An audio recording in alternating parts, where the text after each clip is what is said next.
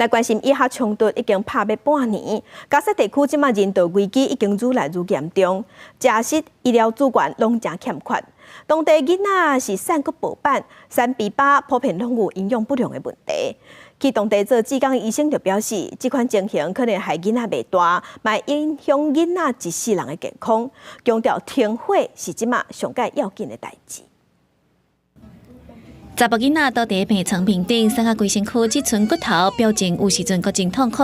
以下冲突互加沙民众出现粮食严重无够的危机。6月战特因为胸坎有人正肠胃炎，要摄取充足营养，用药不控制病情才当生存。严格暂时因为粮食甲医疗物资严重无够，互伊为30公斤剩甲剩12公斤。2个月前开始病情恶化，已经无法度行路。像伊这款营养不良、剩甲剩骨头的儿童，伫加沙世界拢是。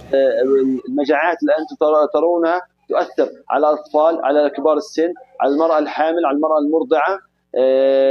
طبعا الأطفال بالأعمار الأقل من 12 سنة يعانون من مشاكل جمة بسبب قلة الجفاف الشديد الذي يؤدي إلى سوء قلة المناعة. 儿童因为营养无够，严重散热，这嘛，互儿童变甲真爱困，反应真慢。严重的时阵，毋但阻碍身体甲大脑发育，身体嘛会停止成长。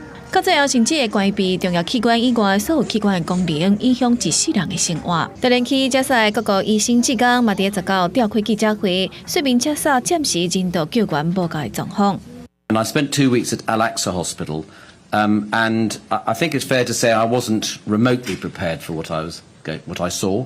I saw the most appalling atrocities, and I saw things that I never would have expected to have seen in any healthcare setting. 不过以色列政府伫19公布一段影片，讲到加沙北部的司法病院单是50多名巴勒斯坦的枪手，拘留180名武装犯罪嫌疑犯，各地各种家具内底找到武器。总理纳坦雅胡伫同一天表示，就算美国反对，以色列有关会坚持攻击加沙的边境城市拉法，要彻底消灭哈马斯。国际新闻台上朋友。